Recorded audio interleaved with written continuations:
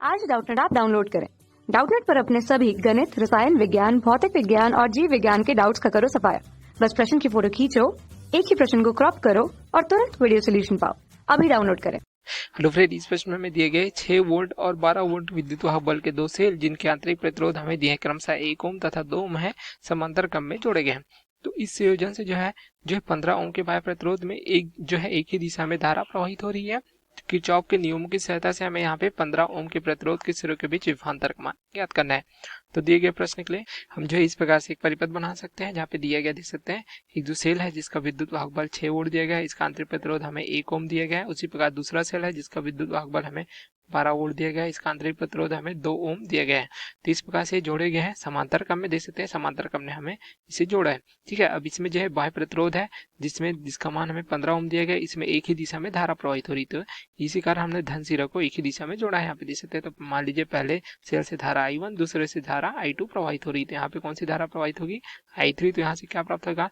जो हमें प्राप्त हो जाता है किरचॉफ के धारा नियम से, किसी संधि पर क्या होता है, जो धारा का बीजगणितीय योग होता है वह शून्य होता है। ठीक है, तो किरचॉफ का धारा नियम अर्थात अंदर आने वाली धारा जो है बाहर आने वाली धारा के जो बराबर होती है। तो यहाँ पे हमें क्या प्राप्त हो जाता है, देख सकते हैं I3 बराबर प्राप्त हो जाता है I1 धन I2 के। यहाँ पे देखिए संधि जहाँ पे बिंदु है, यहाँ पे I1 तथा I2 अंदर की ओर आ रहे हैं, I3 जो है यहाँ पे संधि से बाहर की ओर जा रही है। तो इस प्रकार से प्राप्त होता है, तो इसे हम समीकरण 1 के रूप में लिखते हैं।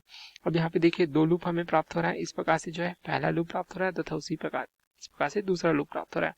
तो पहले लूप में अगर देखें तो यहाँ पे कौन से नियम लगाएंगे? यहाँ पे लूप 1 में जो है किरचॉफ का वोल्टा नियम लगाएंगे। तो यहाँ पे लिखेंगे किरचॉफ के वोल्टा नियम से। ठीक है, तो बंद लूप में जो है किरचॉफ का वोल्टा नियम लगता है। तो यहाँ पे देखिए इस दिशा में वामावर्त दिशा में चल रहा है, तो पहला प्रतिरोध है देख सकते हैं 1 ओम का। ठीक है, अब धारा की दिशा में चल रहे हैं तो हमें प्राप्त होगा 1 गुणित I1। उसी प्रकार यहाँ पे जो है नीचे की ओर चलते हैं इस प्रकार से। ठीक है, इस दिशा में चल रहा है तो यहाँ पे दूसरा प्रतिरोध है 2 ओम का, लेकिन हम धारा के विपरीत I2 इस दिशा में चल रही है, हम जो है विपरीत दिशा वामावर्त चल रहे हैं तो हम ऋणात्मक लेंगे।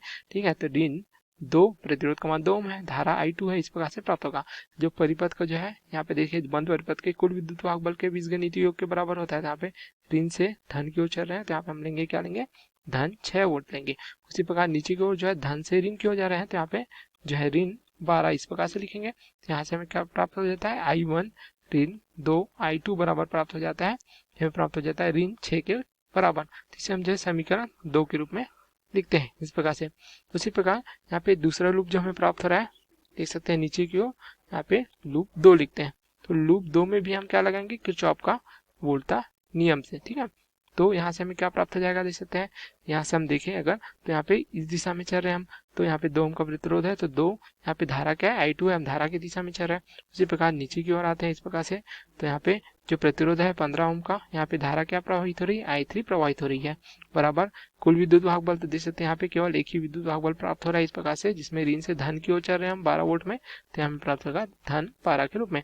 अब I3 का मान रखेंगे I1 धन I2 के रूप में इस प्रकार से, तो हमें क्या प्राप्त होगा? 2 I2 धन 15, यहाँ पे I1 धन I2 बराबर 12 के बराबर। यहाँ हमें क्या प्राप्त हो जाएगा? 2 I2 धन 15 I1 धन 15 I2 बराबर 12 के बराबर। तो हमें क्या प्राप्त हो जाएगा? 15 I1 धन 17 I2 बराबर 12। तो हम इसे समीकरण 3 के रूप में लिखते हैं।